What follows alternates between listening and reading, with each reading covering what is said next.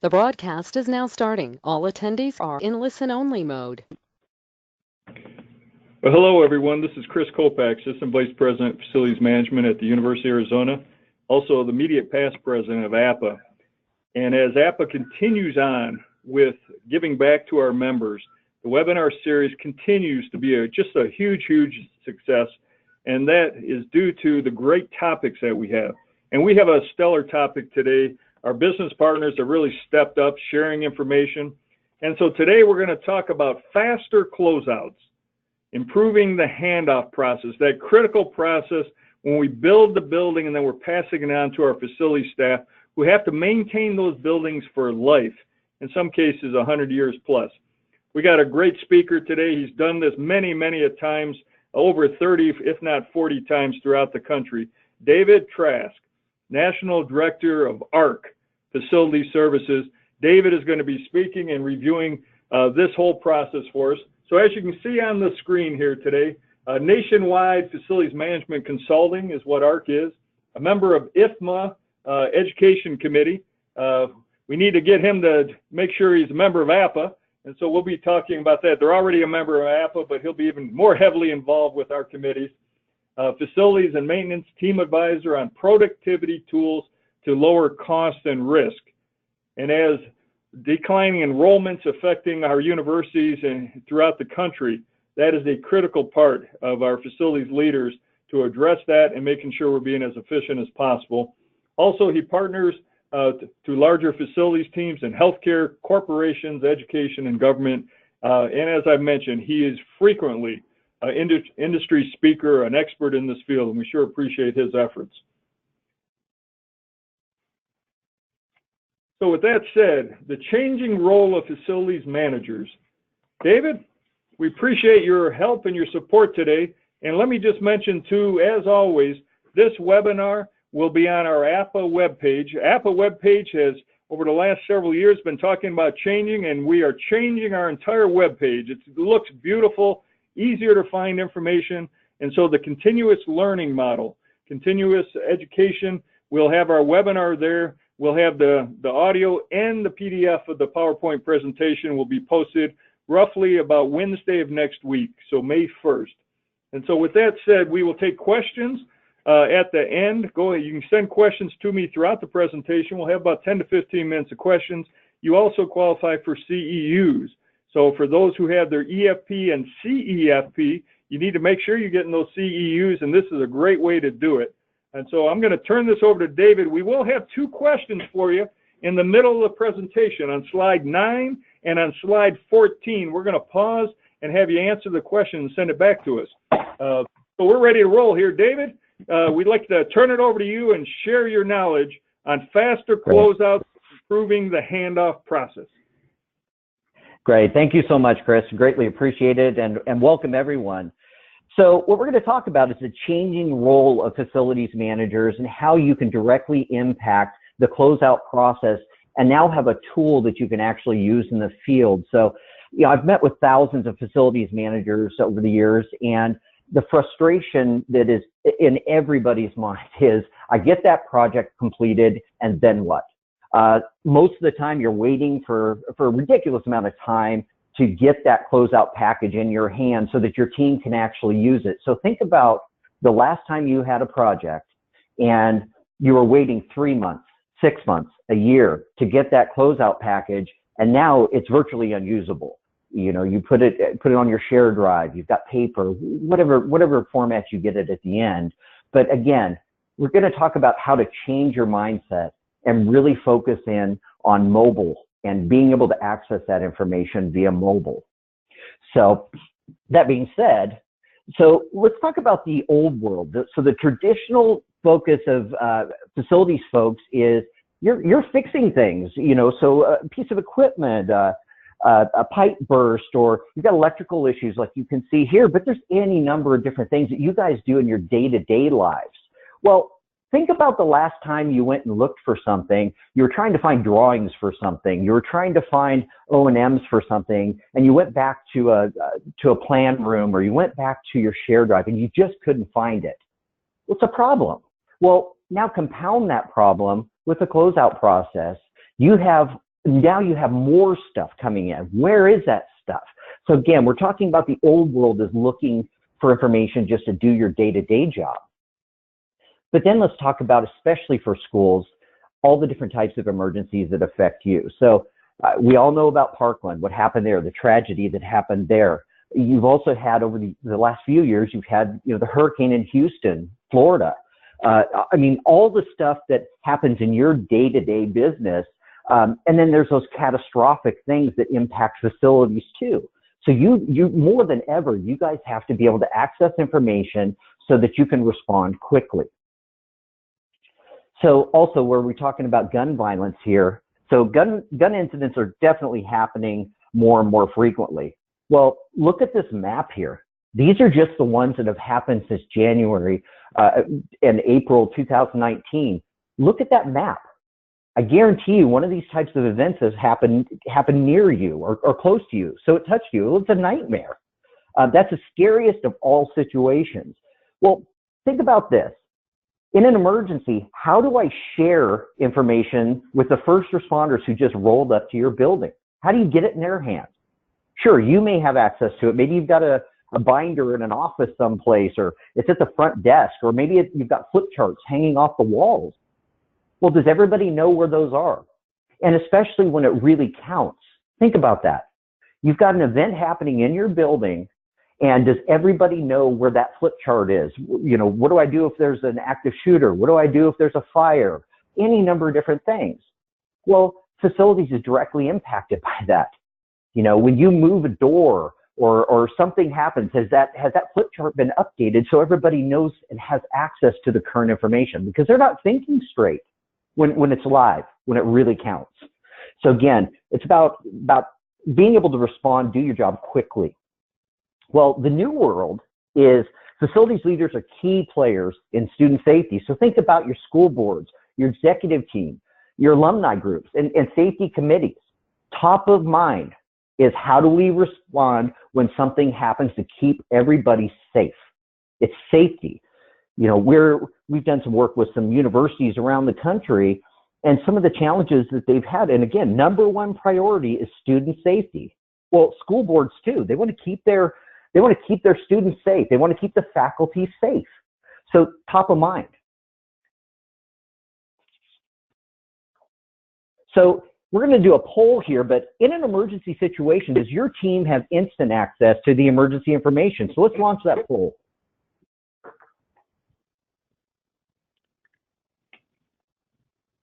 So thanks, Dave. And so what we do want everybody to do, go ahead and send to us yes or no. And again, in emergency situation, does your team have instant access to building and emergency information? Yes, no, or not sure.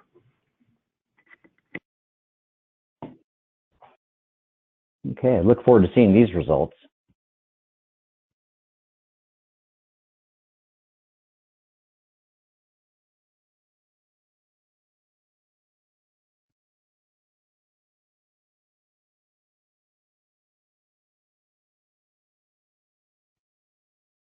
Okay.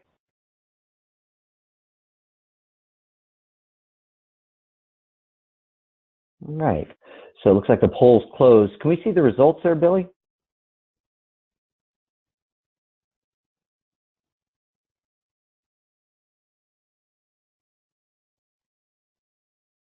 Great. Okay. Thank you. So let's close that. Now let's go to. Hey, David. I'm sorry. David, if I could, can we go back to that last slide?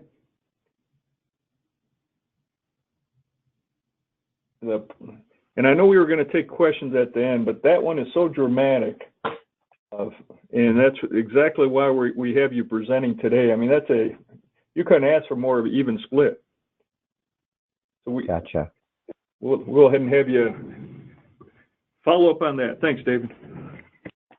Certainly. Okay.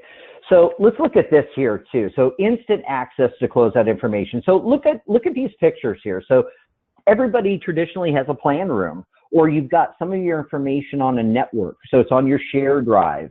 Well, the future and where everybody needs to be is mobile. Think about what's in your pocket. You run out of the building in case of an emergency. Okay, if you're like me, I have a cell phone in my pocket. It's always on me. It's always on me.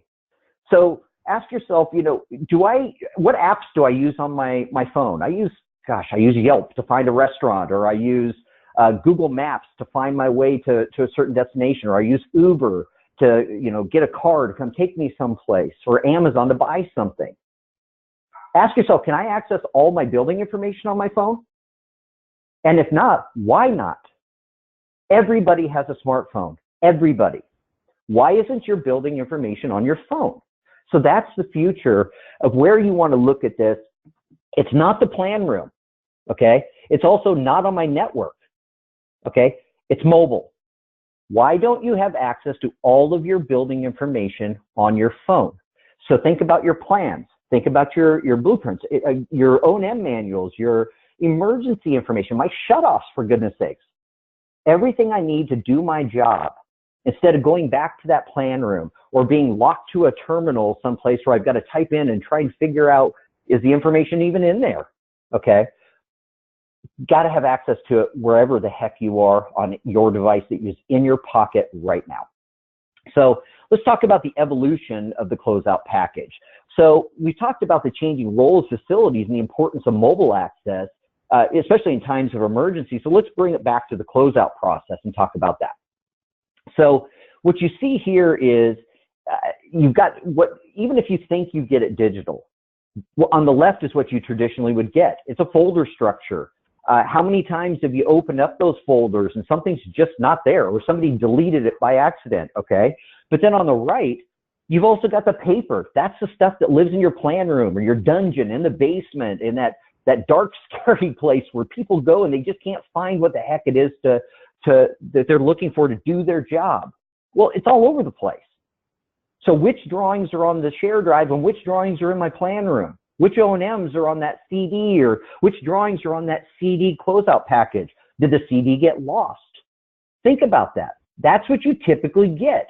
So every new closeout just adds to the pile, adds to the mess. So put yourself in the shoes of the person who just started the job. They've been on the job for about a year, okay? Where do they go to find drawings? Do they go on the share drive? Do they go in the plan room? Or do they call Tom? Because Tom's been with you for 30 years, and Tom knows all of your projects. Well, now Tom's on vacation, or Tom's retiring this year. Now what? Again, who has access? Where is that stuff? And how do I share that information out with not just my team, but with first responders? Well, how good can that become? Think about that. We're talking about digital here, getting the stuff in the hands of the people who need to respond, whether it's a pipe burst, whether it's just something went wonky with one of your pieces of equipment. Everybody has access to the stuff. That's what you need. We're talking about time. So even if it's digital, take a look at what you see here.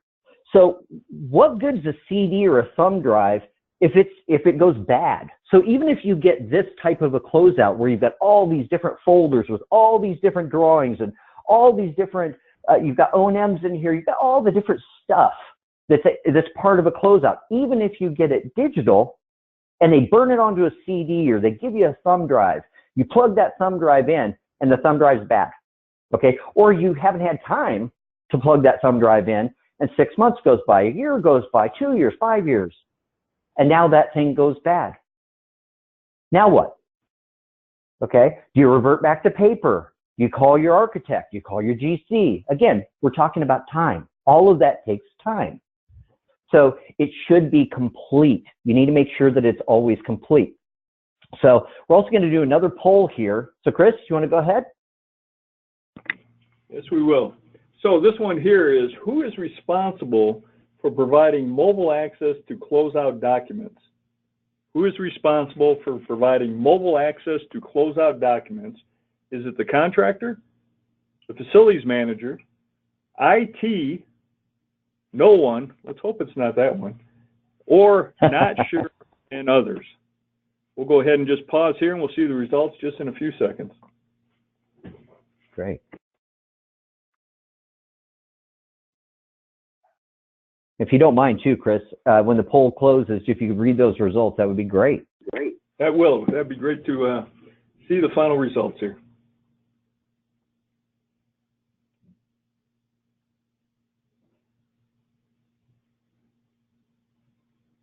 Who is responsible for providing mobile access to closeout documents? And the results? So we have here contractor, 10%. The facilities manager is responsible for providing mobile access to closeout documents, 36%. IT, 11. No one. Come on, Apple World, that's scaring me. No one is responsible for providing mobile access to closeout documents. But that's why we're having the webinar today, Great Access with Mobile Technology, and Not Sure or Others, 28%. That's a wide, diverse range, David. Take it away. Yeah, it certainly is, and it's not surprising. At the end of the day, it's all over the board. I mean, and that's normal. It's what have you done in the past? What have you asked for in the past? And we'll talk about that here in a little while. But essentially, we're going to talk about a better way. So here's some of the challenges that we talked about. So roles and responsibilities, industry best practices are, general contractor, they own the closeout package to a certain degree. So they're gonna put it together, they're gonna compile it, and then there's the big time gap that we talked about earlier, where there's 3 months, 6 months, 12 months before you get the actual closeout package. But the facilities manager owns the mobile access to the closeout. So think about that. The general contractor gives you a closeout package. Where does it go? Where does it go? Okay, CDs, thumb drives, paper, binders, all of that stuff. Where does it go? The distribution of that closeout, once it's handed to the facilities team, is managed by the facilities team, the facilities manager, facilities director. It's your responsibility to make sure you put all that information in one spot so that your team can access that.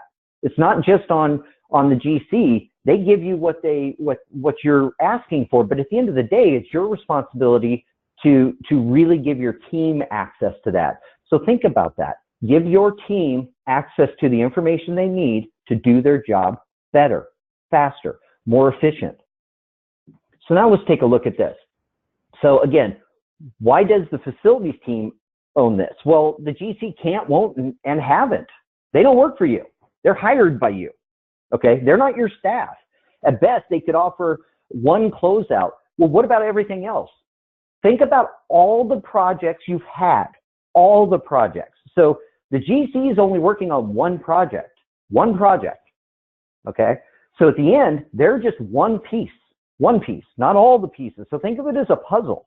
Your plan room is a giant puzzle. All those pieces, all those roles that you have in there are pieces of a puzzle of your buildings. Okay, so think about that. The general contractor for that project only is one piece of that puzzle. It doesn't give you the entire puzzle. It's just one part. So they only own one little part of that, and they're going to be responsible for giving that to you. But the FMs must fulfill their responsibilities for emergency response. So take control in order to succeed. Take control of your plans. Take control of all the historical information for your building. It's on you. Your team is relying on you to provide the information to do their job well. This is just, digital is a way to go so that you can actually help them do their job better.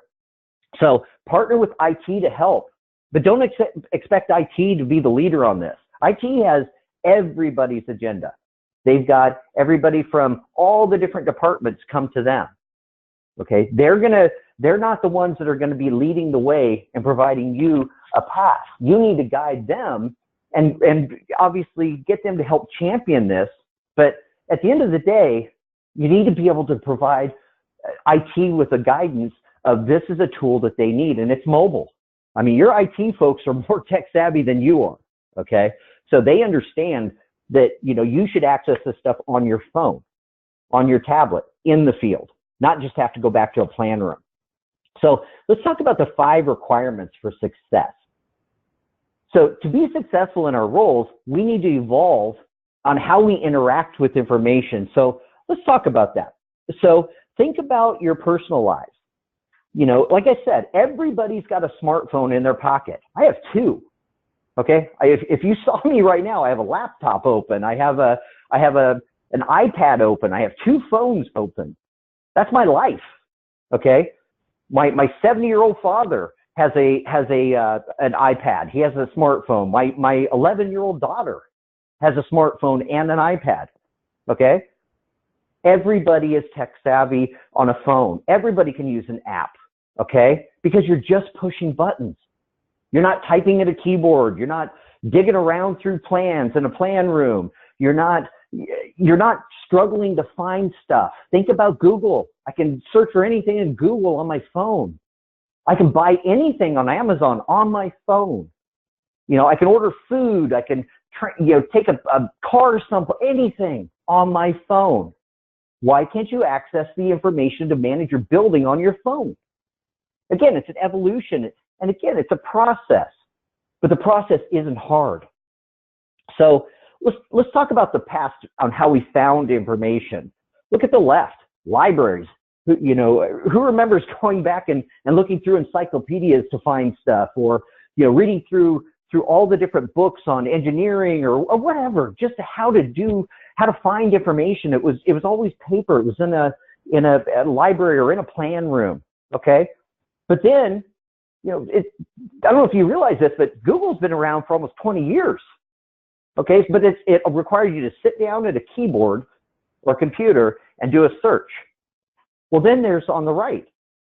I can find anything, just like I used to be able to find with the two on the left.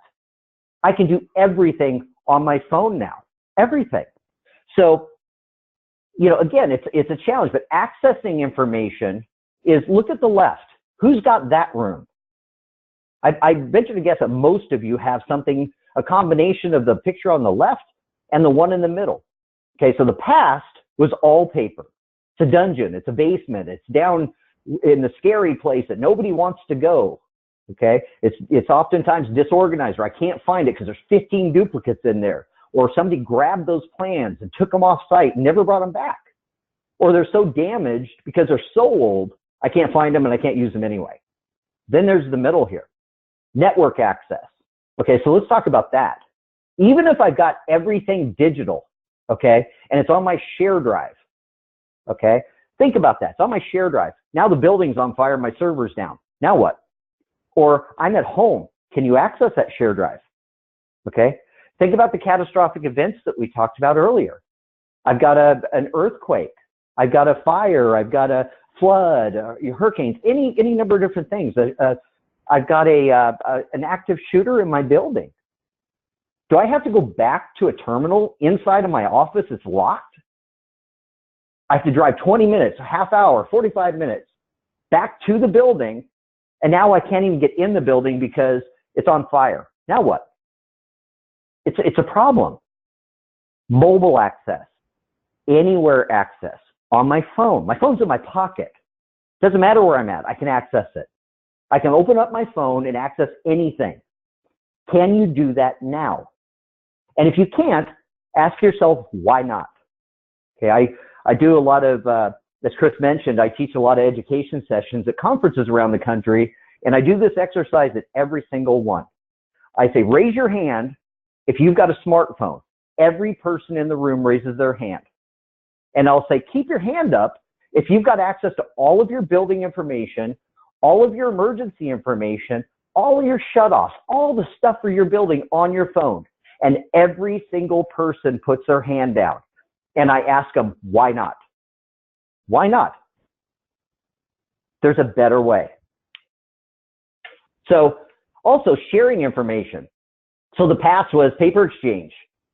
How many times have you gone to your local printer and have them print out 5 sets of drawings to give out to your trades, or you've got, all these different systems that you've used in the past, like in the middle here where you've got thumb drives or you got CDs. And, I actually was at a client yesterday and he actually had a whole bunch of zip drives. I said, oh my goodness, I haven't seen one of those in years. But think about that. He has stuff on a zip drive. The first thing I asked him was, do you have a zip drive? And he said, no. I said, so how do you get that information off? He goes, we don't. We just go back to the paper they delivered to. Think about that. It's a problem. But instant distribution, think about, can I get information into the hands of a first responder who's standing at the front door of my building when there's an event, whether it's a firefighter, a police officer, whatever. They're standing at my door of my building when I get that call at 10 o'clock at night, 1 o'clock in the morning. They're standing right in front of my building. And now I have to drive an hour and a half, 20 minutes, whatever, back to the building so I can provide them information about my building. Floor plans. Think about that. Floor plans. Just to get something as simple as a floor plan in the hand of a first responder. Well, imagine rolling out of your bed, grabbing your phone and pulling up a drawing and texting it to somebody or emailing it to somebody who's standing in front of your building in seconds. Time is lives. Time is money. Okay? You got a pipe burst in your building. Think about that like a gas pump. Okay? Longer that water's running, the longer that dial is spinning, it's more money. Okay? More money, more money. Every minute, every hour, it's money. You need to be able to provide instant access to the folks who can respond. That's also my vendors. That's also my contractors. That's also my contact list. Who do I contact when that thing happens? Can you access all that information and share it? So now let's go to the password information formats. Again, we talked about this a little bit, but paper. Stop asking for paper. Okay. Also, you see a mix of digital and paper. So you'll get the CD that's tucked into that binder that they deliver with the O&Ms and the warranties and all that stuff. It's all tucked in there. Well, where'd that go? Where'd that CD end up? Who got it? Okay, did it get lost? Okay, I've seen hundreds and hundreds of CDs in offices, hundreds of them, and all it says is project 1, 2, 3, 4, 5. It's in Sharpie on the outside of that CD. Okay, then they open up the CD and the CD is bad. CDs aren't perfect. They don't last forever. Okay, they get scratched. You know, they disappear. They walk away. You handed it to somebody else. Who's got that CD? Okay, and worse, even if it's digital, you've got some of your stuff digital and some of the stuff in paper. Where do I go to find the drawings for the building you're sitting in right now? Is it the stuff that's on the share drive? Is it the stuff that's in paper? Well, today, all digital. Go all digital. Everything in one spot. Everybody has access to the same stuff. It's just a faster, more efficient way to do business. So you can react when it counts. So also mobility. Look at the picture on the left. Is that mobile? Paper? Okay. He's walking around a job site or he's walking around your facility with paper. Okay. Is he going to remember to put it back when he's done? Or is he going to put it in his office and it's going to be stuck behind his desk somewhere? Happens all the time. Or do I have to carry a laptop around? Okay. And now I've got to worry, okay, do I have Wi-Fi access? Do I have, do I drop the laptop, and it shattered or whatever? I've got to type all this information in. I've got to do everything through a browser. Okay. It's not easy. Or is it mobile? That's today. Like I said a little while ago, everybody has a phone in their pocket. Everybody.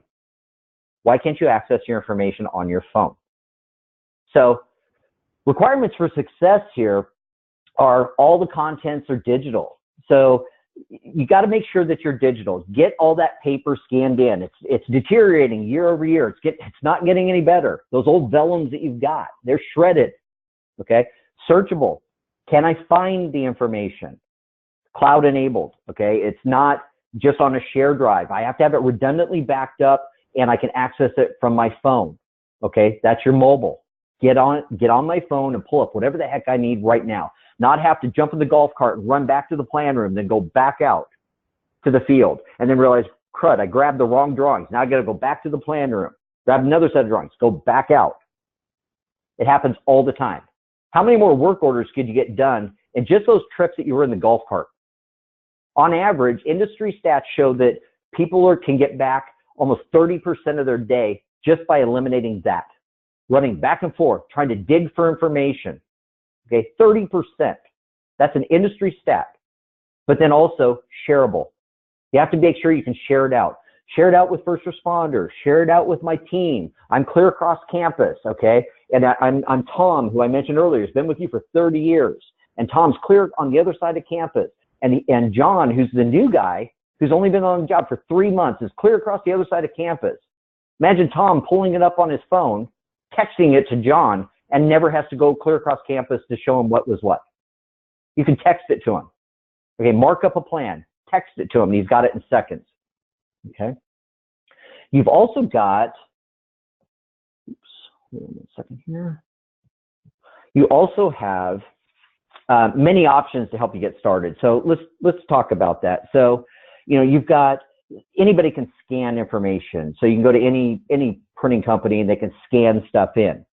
But you've also got mobile plan rooms that might work. So you think about like PlanGrid or SkySite or eBuilder, all those different repositories that you can just store stuff, okay?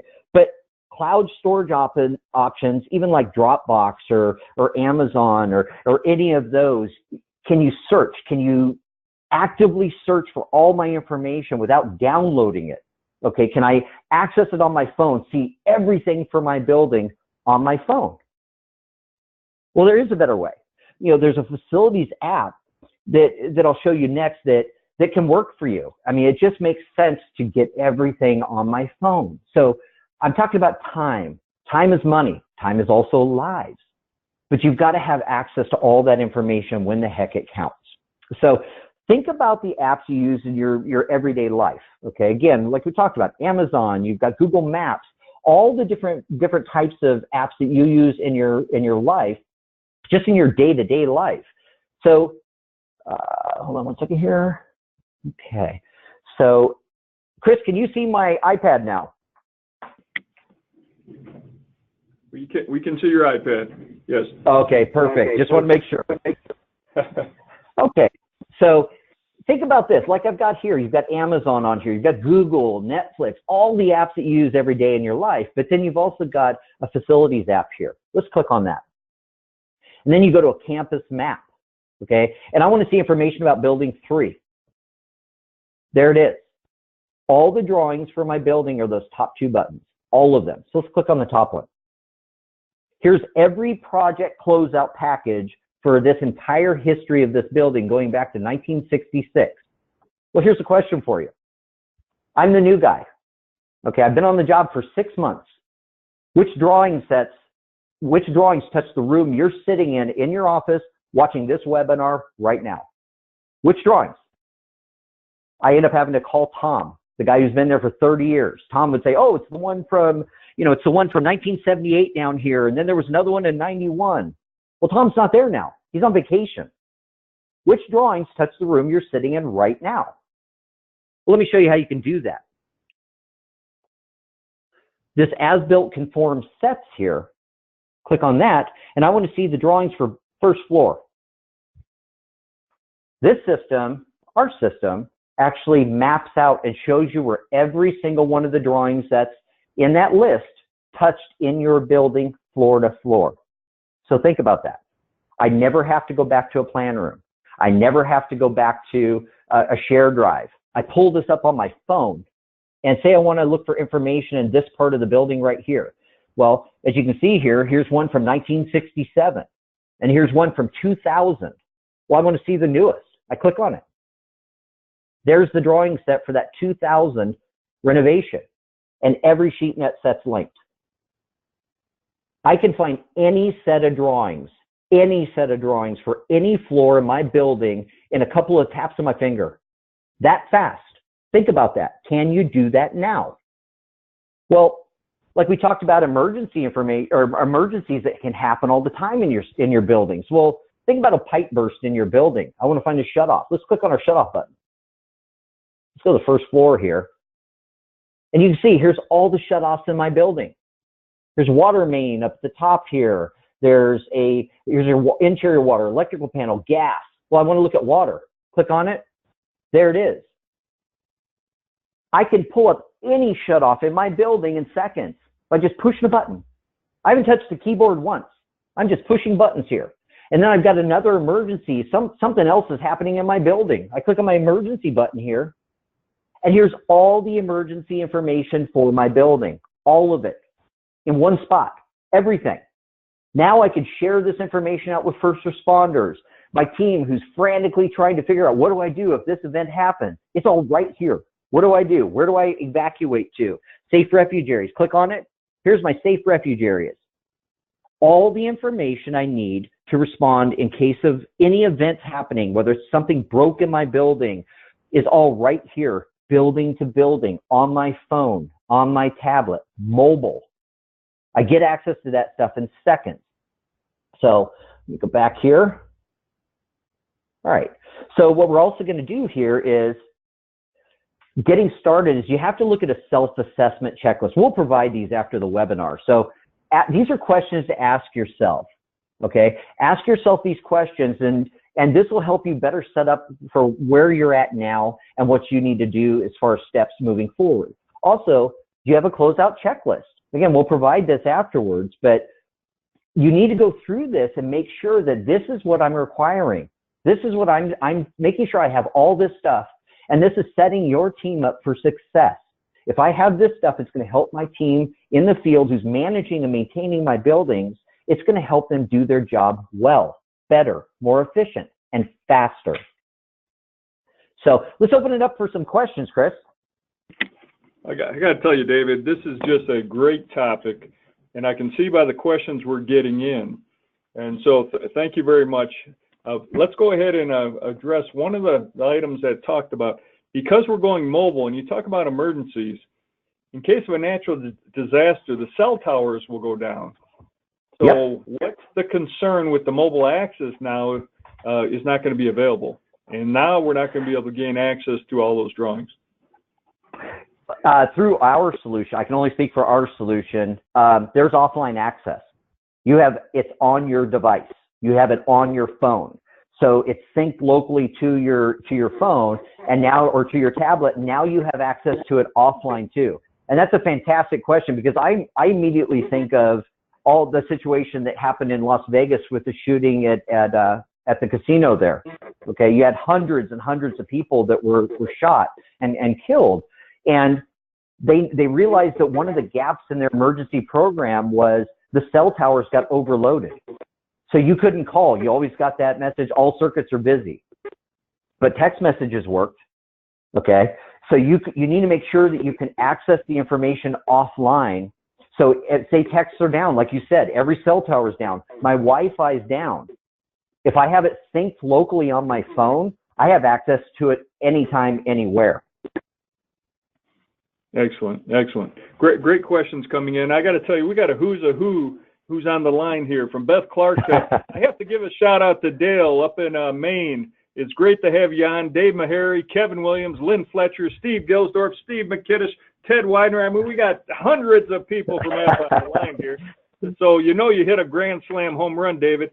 The question we got is about BIM. How does the BIM play into this? So Thomas Schween, where does the BIM model and the total cost of ownership come into this? Yes, so great question, because ask yourself this when it comes to BIM, and I'm a huge proponent of BIM during construction. It is a tremendous tool. But you have to ask yourself, is my facilities team in the field using BIM models? Traditionally, you'll have a mix of building ages too. So you're not going to have BIM models on your buildings that are 30, 40 years old or even older. So you're going to have pieces and parts. Remember what I was talking about earlier, where it's like a giant puzzle. So if you're doing a major renovation on one of your buildings and you get a BIM model at the end of it, does that BIM model encompass everything? Or is it just the part that renovation touched? Well, also, does my facilities team have access to it? So think about, here's a stat that'll make sense too, and put it kind of in perspective. Ask yourself, how many of your facilities team members are within 10 years of retirement? Are they going to use a BIM model in the field? Now, your newer folks will. They're more tech savvy. But you're going to ask the guy who's 2 years from retirement to try and learn BIM. He's not going to do it. Okay, so it's got to be easy. Then ask yourself this too when it comes to BIM. Who updates it? So your day-to-day guys and gals that are in the field fixing stuff, okay, they're changing the building every week, every day, every month. How are those changes being reflected back into the BIM model? Who's doing that? Are you going back to your architect, or are they just literally marking it up on a plan sheet? Okay, a paper plan sheet, because they got a set of paper drawings too. What this does is all of that information can go in one spot. So you can put your BIM models, you can link to your BIM models and those overlays. But again, your BIM is great during new construction, but it doesn't help you on your legacy. Well, David, you bring up a great point too, and that goes back to the amount of baby boomers who are retiring and the ability to harness that information and transfer it to our new members, 10,000 per day for the next 10 years. And exactly. You mentioned it times that person who has that 30-year knowledge, but how do you capture that information they have? Because we are getting contractors sharing the BIM modeling with the staff, what has been your views on updating that BIM information so we get it transferred once the building is turned over, but then it's the ability to keep that updated updated? Yeah, what I find most of the cases with the folks that I've met with is, to be frank, it's not updated. So think about the disconnect. You've got your design construction folks at the school. Then you've also got the facilities and maintenance folks at the school. So I get that closeout package. What happens? So the BIM model typically goes over to the design construction side of the house, and sometimes it goes to the facility side of the house too. But like you said, the changes that happen every day, who does that? And typically it goes back to the architect, and then they will make changes, but they don't capture everything. They're not capturing all the day-to-day stuff that you're changing. So it can be tremendously costly too. And some people are hiring a BIM BIM manager or BIM person within, in-house, but it's more oftentimes than not that even then, with the sheer amount of projects that happen, one person can't handle it. So again, it's how are those day-to-day changes being reflected back into the model? And again, that's the core, but it doesn't typically show all the day-to-day stuff. And that's the big problem. Well, and we could talk at length on that, but let me move on because we're getting a lot of great questions here. And it talks about the integration, and this is from Mark Zeich. How does the general contractor's closeout documentation get converted into the mobile software? Yeah, so I can only speak to ours, but essentially it's a drag and drop. So you get your closeout package at the end. You have a drag and drop folder where you get that new closeout information. You drag it in the folder and the system does it. It's automated. So think about the overlays that I showed earlier, the color-coded areas that show where the renovation's touched. Any future closeout package that you get will be a new overlay where it's mapped out showing where that next renovation touched with the project name, the date, and other relevant information associated with it. But that's how the process works. It's automated where you get that closeout package. And I've had clients too that will literally share that drag and drop folder out with the general contractor and the architect or the subs. They'll give that shared folder with the drag and drop. And when they're done, they drag it into the folder. The general contractor, the owner, essentially just says, let me know when it's done. It's that simple. Now, what about formatting? Is there a major challenge with the formatting? No, not at all. And then what about the current drawings that are already in some type of software program? Those drawings that in some cases may be several decades. Yeah, so whether it's paper or digital, we have 170 offices in the U.S.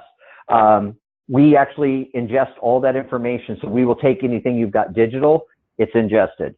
All the paper gets picked up, scanned in, and then ingested. And what happens is it migrates the two. So think about it, the old world and the new world come to one place and they're all merged together. It's all in one spot. And then it's also all available to whoever the heck needs to have access to that. The entire historical record is now on there. And so as budgets are getting tight, we have a bunch of additional questions here, and they're getting into the nitty-gritty. It's cost component. How cost effective is it?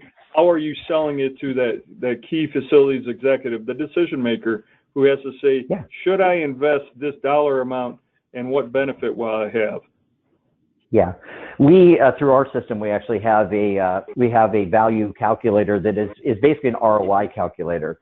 And we talk about industry averages, and we work directly with the client to identify some of their key challenges that they've got, because everybody's a little bit different, of course. But at the end of the day, where you see the biggest return is time, being able to react in case of emergencies, and also be able to respond when something breaks and knowing if it's even under warranty. You know, we know that most warranties are only a year, but if you capture that type of revenue, instead of just fixing something, use it under warranty and you get it fixed for free. There's any number of different ways that we've worked with clients to really identify that ROI to really justify the cost too. But again, it really comes down to time and efficiency too. There's a huge number associated with that. Well, and that's one thing we're all trying to find is how do we get more time in a 24-hour day? How can we stretch that to even longer and be more efficient? Exactly. You know, we got a great question that we need to step back a little bit, is we make reference to the word or the acronym BIM. What is BIM? Yeah, so it's basically a 3D model. It's building information modeling. So what it means is, think of your building exploded in 3D. So you can see between walls, you can see where piping is running in your building. During construction, a huge benefit, especially for engineering groups where they're doing the engineering work on a building, is it does clash detection. Okay, you can also use it for sequencing. So seeing the process of where my building's at, am I on schedule, all of that information, but it also maps out and shows you where electrical lines are going. I mean, all the stuff, the guts of your building, you can now explode it out in layers too, and be able to see certain components within your building. Again, during construction, that is huge. It is such a huge thing, because now I can see kind of think of it as an X-ray of my building. I can see all the different things that are going on in my building and see what's where within my building. Excellent. Thank you very much. You know, we got a great question here, and it talks about just the ability of the contractor turning over all the documents in a timely fashion. What's reasonable to expect once a building's getting wrapped up, to get the drawings, get the as-built, get the training manuals, the control documentation? What should be reasonable? Yeah, it's a very good question. I'll answer it this way. Think about how you're chasing things around in your building. Well, the general contractor is doing the same thing. They're herding cats, so to speak, because they have to deal with all the trades. They have to compile all that information. But what they should be doing is be compiling that throughout the build process. I can't stress that enough. Don't wait till the end. At the end of the project, they're scaling back when they should be scaling up to get that closeout package done. Because you all know at the end of the project, you're not going to give them that last 5% of their contract or 10% of their contract, whatever's written into your contract, until they deliver that closeout package, a complete closeout package. And that goes back to that checklist too. That's the stuff you should be requiring them to deliver. So the time frame can be all over the place right now. That's what I was saying earlier, is ask yourself how many times you're waiting 3 months, 6 months, a year plus. I met with a hospital a couple of weeks ago that he's been waiting over 1.5 years to get his closeout package for a brand new building. And I said, oh my goodness. And he said, we've already made changes to the building. We have no way to reflect that back. No way to reflect that back. They're hand drawing stuff, and they have no way to reflect that back. And they're essentially operating the building blind. Well, that's a problem. You shouldn't be waiting 3 months, 6 months, 12 months. No. You should be waiting weeks at the most. Okay. I'm a proponent of make sure you're actively building that closeout and requiring them to supply you with stuff throughout, of course. You don't have to wait until you've got everything. My goodness. Get some stuff to you so that you can operate your doggone building. that goes back to the concern that if we don't have the information in a timely fashion, we need to get the commissioning report. Before you know it, the building is getting tweaked because the staff don't fully understand the new systems in the building, and then all those mechanical, electrical, plumbing systems could get out of where it was initially commissioned in a shorter time than you want to see happen. There's a 100%. question coming in here, and it's about the app. What type of app are you using on this type of program? This app here, our app, is universal for any mobile device, so you can use it on an Android or an Apple device. It doesn't really matter. There's also a desktop version of it too, or a desktop version. You can get access to the information through any browser, but at the end of the day, the app is universal, so you're going to be able to use it on any Android or any Apple device. Excellent. This day and age, Tom Shewin asked a great question. And Tom's asking about security, as we're trying to keep all our building automation systems secure. So what about issues with the cloud and security for critical facilities infrastructure? Yeah, cloud is not a scary place, okay? With the way technology's evolved over the years too, our system is actually redundantly backed up as well, so you have redundant backup. But to talk about access of that information, it's all password protected. So it's controlled by you, the owner, who can do and see what. So think about it this way. I've got my facility staff out in the field. They're going to want to have access to more stuff. You want to give them more rights. But say I've got a contractor that's working on a project for me. I can give them access to stuff for a week, 2 days, and maybe they can only view it, or maybe they can download it, okay? You control the access levels, but that also gives you the control to turn them off. So you've got an employee that goes in and he leaves. You turn them off. They no longer have access to the information, and you can turn them on and off live on the fly. You don't have to. It's not a tedious process. You literally just click a button and they're turned off. Excellent, excellent. And so another question came about tagging of the valves. And that's a major item too. As you have new staff coming in, you have a major flood taking place. You need to access that shutoff valve as quickly as possible. How is that happening within the system for new systems? So comment about tagging and barcoding, but then also the older systems. Yep. Yeah. So essentially, in our system, part of our solution is our teams actually go out and we actually map out where the information is to start, okay? Now, you're going to constantly be finding things, of course, but through the system and through our teams, we actually go out and we shoot all the photos. We map it out. We tag it to where it is on a plan, in what room, what floor, what building. All of the information is right there. And then as you find stuff, and we all know you're going to find stuff. How many times have you ripped open a ceiling tile and you found a shutoff, or you found a piece of equipment, or something up there, you didn't even know it was there? Well, right now, I have no way to let anybody else know that it's up there. I mean, I walk down hallways all the time with clients, and I look up and I'll see little red dots on a ceiling tile, or little blue dots on a ceiling tile. And I'll ask them, what the heck's up there? He goes, oh, I don't know. It's something I found 3 or 4 years ago. And my next question is, who else knows it's there? Well, nobody. It's just me. Oh, you who just told me you're retiring next year. See, that's the problem. Through our system, you can actually update and make those alterations and do a markup, and even take a picture of it or take a video of it and tag it to a room floor plan that shows exactly where it is in the building. And even put notes in there, voice it in, just talk about it. Say, it's in this room, 3rd tile over from the door in the southeast corner. And it's now saved to that room, to that pin that's on a map, and now you've got access to it, and everybody else just saw what you just found too. Excellent. So another follow-up question regarding security. What about does the app support the 2-factor authentication? Yes, it does.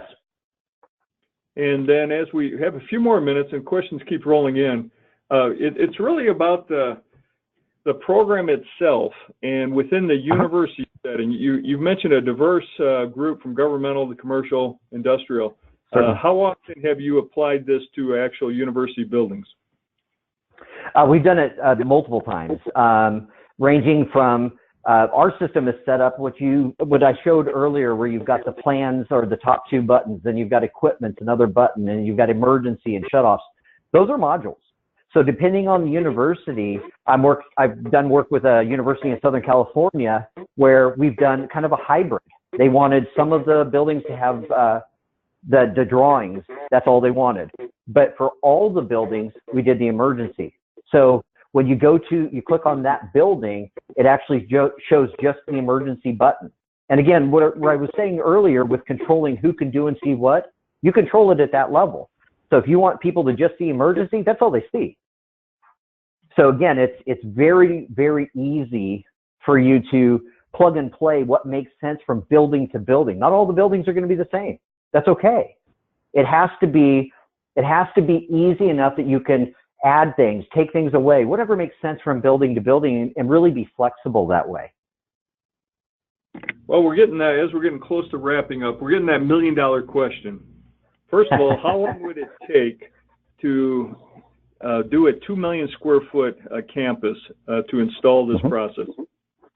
Well, it's a very easy question to answer. Is we typically are doing it.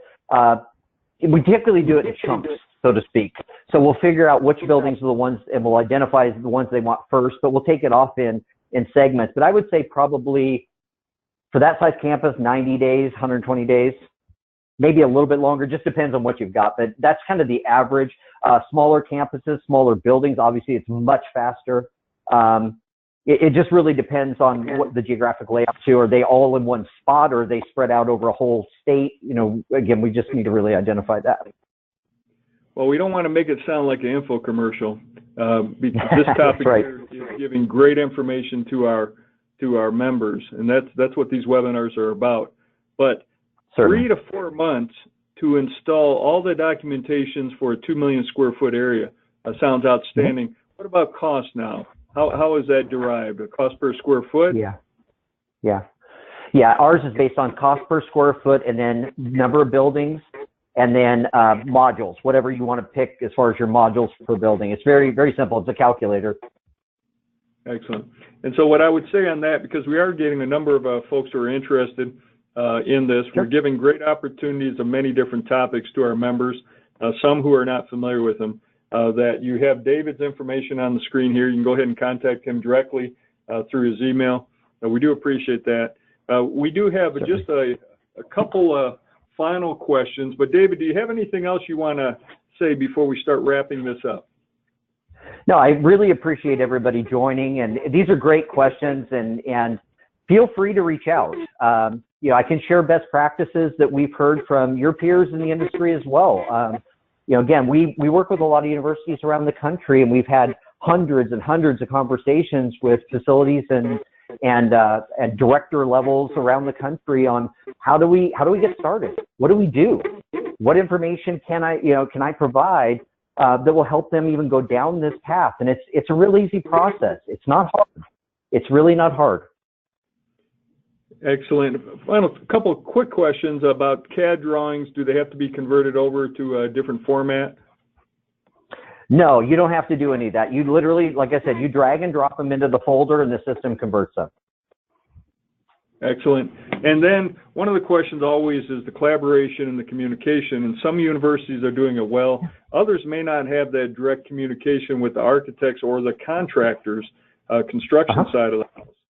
But then they're responsible for maintaining it. What would you recommend to make sure we're bridging the gap? Talk. Absolutely. Again, what I said at the very beginning of the webinar is take ownership. Take ownership of this. You need to be a part of this, because your responsibility is going to be to manage the building at the end. So take some ownership there and really get involved, even in the very beginning when the project's being talked about. Okay, talk about the different things. Architects are great for drawing great pictures and building, but then the GC builds great buildings. Okay, but at the end of the day, your job is to maintain that building. So you need to be involved, and you need to have a say. You pull your chair up to the table and get involved, and really really, you're going to have an impact on that at the very beginning. So then you know what you're going to get sooner with that closeout package. Well, Dave, and that's where we're going to end it. We talk routinely about sharing the knowledge, informing our leaders within our facilities field. APA is about continuous learning on a routine basis, so we have that seat at the table because we are responsible for millions and millions of dollars at our universities with our utility systems and our buildings. And the system that you presented allows us to be even more efficient. So I just want to say thank you from all of APA, all our members. We appreciate you taking time, and Jessica behind the scenes supporting you, along with Billy over at our APA office in Alexandria. And so as we wrap this up, we will go ahead and respond to any other questions we didn't get to. The webinar and the audio will be on the new APA website, which goes live as of May 1st. It will be under the tab Continuous Learning Series, the webinar and the recording. Next month, again, we're doing a number of webinars, and so the one I'll be moderating will be at the end of May. We'll be looking at our gas market coming out of our winter months from the east to all the way to the west. We'll roll into June with the monsoon rains out here in Arizona and tornadoes and such throughout the country. We'll be having Belfour in, participating, looking at restoration, renovations, and how do we protect our buildings from mold and indoor air quality challenges. And so with that said, David, thank you again. This has just been a hit. We've had a great number of questions and a lot of members on this call. Thank you very much. And everybody have a great rest of April, and we will talk to you next month. Take care. Thank you. Thank you.